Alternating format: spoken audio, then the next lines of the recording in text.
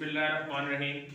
Students, आज हम जो है बायोलॉजी के अंदर चैप्टर नंबर 4 के अंदर एक टॉपिक है प्रोकैरियोटिक और यूकैरियोटिक सेल।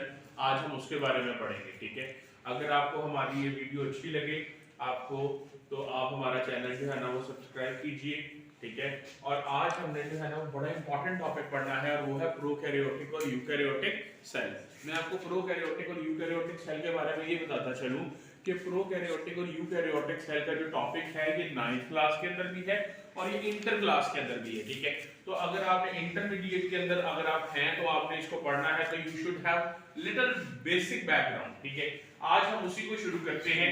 देखें मेरी यार सुनिए, प्रोकैरियोटिक सेल में जैसा कि आपको पता है कि टाइटल के ऊपर बहुत ज्यादा फोकस किया करता हूं, तो प्रोकैरियोटिक प्रो ये देखिए मैं इस प्रो को और इस कैरियोटिक को दो लफ्जों में डिवाइड कर रहा हूं। This is made up of two words, pro and karyotic. Pro का मतलब होता है बिफोर और कैरियोटिक का मतलब होता है न्यूक्लियस। तो ये ऐसे ऑर्गेनिज्म हैं जो कि बिफोर न्यूक्लियस स्टेज के। इन ऑर्गेनिजम्स के अंदर किसी किस्म का कोई न्यूक्लियस मौजूद नहीं होता। ठीक है, और दूसरे सेल्स थे यू और कैरियोटिक, जैसा कि यहां लिखा हुआ है। अब ये जो यू है, यू ये देखिए you you and karyotic. You का मतलब होता है ट्रू। यू का मतलब क्या होता है? तो ये वो सेल हैं जिनके अंदर सही न्यूक्लियस मौजूद होता है।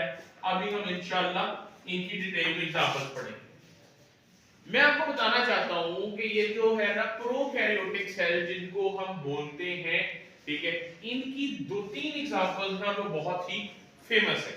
मिसाल के तौर पे प्रोकैरियोटिक सेल की एक एग्जांपल है बैक्टीरिया।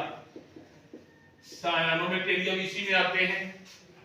ठीक है, तो सम एक्सटेंट जो है ना ब्लू ग्रीन एल्गी का भी कुछ पार्ट इसी में आता है। अब चलते हैं यूकैरियोटिक की तरफ। यूकैरियोटिक सेल बहुत कॉमन है।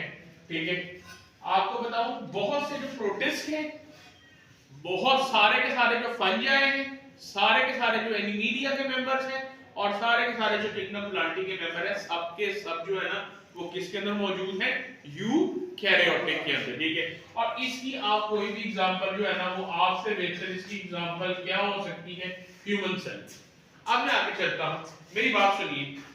हमें पता लग गया कि प्रोकैरियोटिक की एग्जांपल है बैक्टीरिया। हम ना पहले सबसे पहले तो बैक्टीरिया के ओवरऑल लेआउट देख लेते हैं कि बैक्टीरिया का जो है ना वो कैसा होता है, यूकैरियोटिक सेल दिखता कैसा है। ठीक है, अब आइए सबसे पहले मैं आपको बताऊं कि ये जो बैक्टीरिया है, क्योंकि ये यूकैरियोटिक सेल का रिप्रेजेंटेटिव है, नुमाइंदा है, सबसे छोटा मेंबर है, तो that is why we are talking about this. ठीक है, ये सबसे पहले बाहर की तरफ अगर आप देखते हैं तो ये मैंने ब्लैक कलर की एक जो है ना वो बाउंड्री बनाई है, दैट इज कॉल्ड कैप्सूल। और ऐसे बैक्टीरिया जिनके अंदर ये कैप्सूल होता है they are called encapsulated bacteria. और ये कैप्सूल बहुत इंपॉर्टेंट है बैक्टीरिया के लिए, क्योंकि ये उसको एक एडिशनल प्रोटेक्शन प्रोवाइड कर रहा है। अच्छा, इससे नीचे चलते हैं तो इसके नीचे मैंने एक रेड कलर की लाइन ड्रॉ की है जिसका जो कि बेसिकली क्या है? Cell membrane, sorry cell wall. This is cell wall. इसके भी अंदर चलते हैं तो एक ब्लैक कलर की लाइन मैंने ड्रॉ की है, दैट इज सेल मेम्ब्रेन। सबके बारे में भी पढ़े।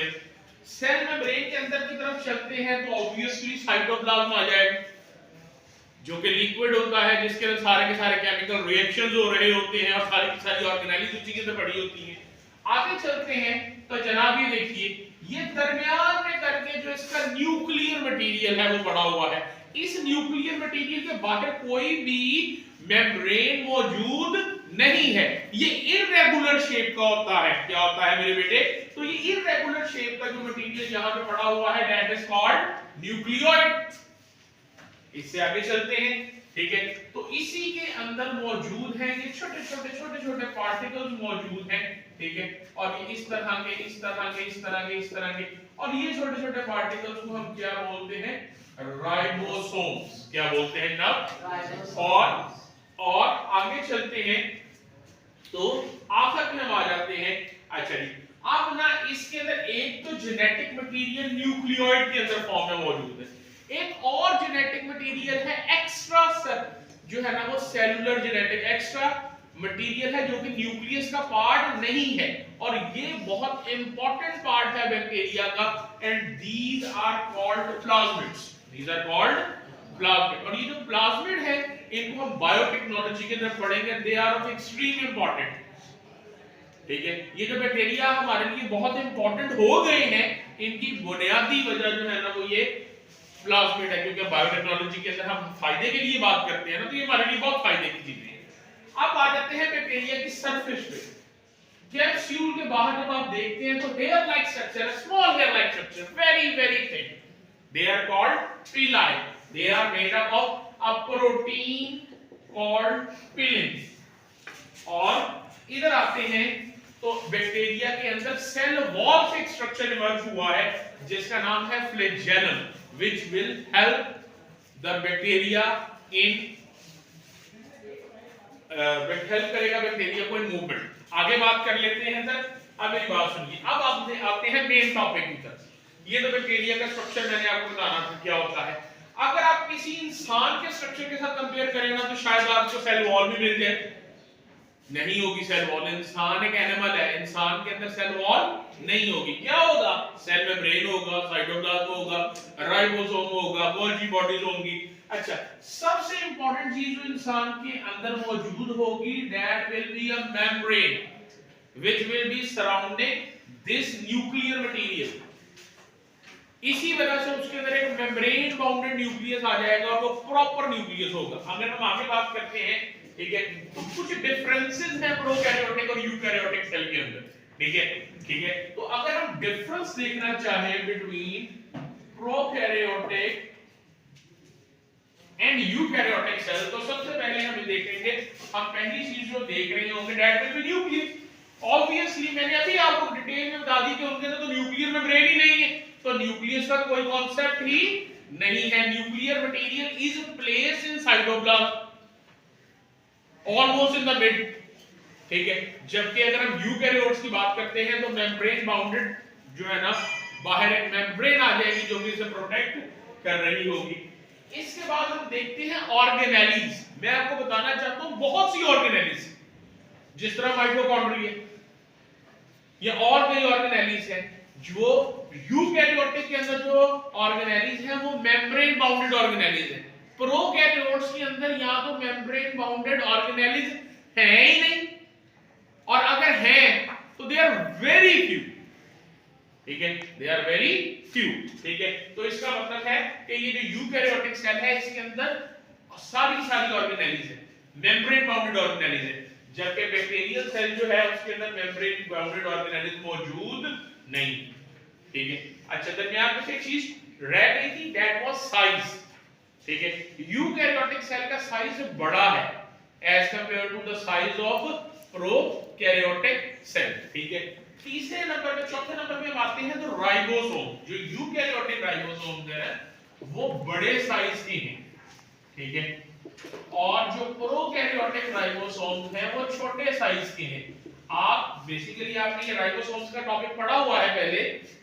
ठीक है, यूकैरियोटिक राइबोसोम का साइज है 80s और इसका साइज है 70s। ठीक है, S का मतलब क्या होता है? स्वेर्डबर्ग यूनिट। ठीक है, तो ये 80s बड़ा है एज कंपेयर टू 70s, तो इसका मतलब है कि जो बैक्टीरिया होगा इसके अंदर जो राइबोसोम्स होंगे that will be smaller in size as compare to the eukaryotic cell. ठीक है, इसी तरह हम आगे बात करते हैं तो माइटोकॉन्ड्रिया, जो कि बहुत इंपॉर्टेंट है किसके लिए? एनर्जी जनरेशन के लिए। It is called powerhouse of the cell. जितने भी यूकैरियोटिक सेल हैं उनके अंदर माइटोकॉन्ड्रिया मौजूद होता है, और जो दूसरे सेल हैं उनके अंदर माइटोकॉन्ड्रिया, जो प्रोकैरियोटिक सेल है उनके अंदर माइटोकॉन्ड्रिया मौजूद नहीं होता। ठीक हो गया। इसके बाद जो है ना, क्यों अगर माइटोकॉन्ड्रिया नहीं है तो फिर वो अपनी एनर्जी कैसे जनरेट करते हैं? तो इनके अंदर जो सेल मेम्ब्रेन है उससे फिंगर लाइक प्रोजेक्शंस निकलते हैं जिनको मीसोसोम्स कहते हैं। और ये मीसोसोम्स जो होते हैं ये दरअसल जो है ना वो एनर्जी रिक्वायरमेंट्स को मीट करने में इसको हेल्प आउट कर रहे होते हैं। उसके बाद अगली बात करते हैं, तो अगली बात है सेल वॉल। ठीक है, जो प्रोकैरियोटिक की सेल वॉल है ना जी, सबसे पहले तो मैं आपको बताता चलूं, जो प्रोकैरियोटिक की सेल वॉल है, ठीक है, प्रोकैरियोटिक सेल की, वो दो मटेरियल से मिलकर बनी हुई हो सकती है। या तो मिलकर बनी होगी म्यूरिन की, ठीक है, और या वो मिलकर बनी होगी पेप्टाइडोग्लाइकन की। असल में ना दोनों टर्मिनोलॉजीज, दोनों चीजें आपस में अगर केमिकली बात की जाए तो मिलती जुलती हैं। ठीक है, जबकि अगर हम देखें यूकैरियोटिक की जो सेल वॉल है, ठीक है, यूकैरियोटिक की जो सेल वॉल है वो मिलके बनी होगी दो चीजों की। ठीक है, और उनमें से जो एक चीज होगी वो होगी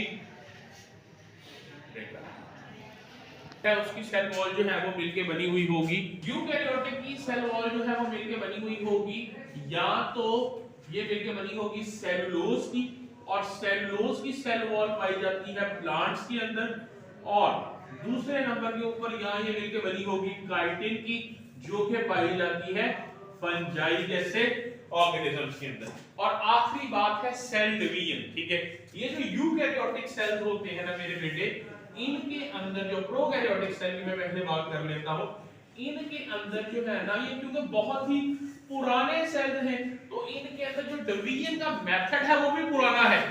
आमतौर पे ये एसेक्सुअली रिप्रोड्यूस करते हैं। ठीक है, और जब ये एसेक्सुअली रिप्रोड्यूस करते हैं तो एसेक्सुअली रिप्रोड्यूस करने के लिए इनके अंदर एक मेथड मौजूद होता है जिसका नाम है बाइनरी फिशन। क्या नाम है जनाब? ठीक है, बाइनरी फिशन के जरिए से, बाइनरी फिशन के अंदर एक ऑर्गेनिज्म जस्ट ग्रो करता है और दो हिस्सों में डिवाइड हो जाता है। We will take it in detail करते हैं।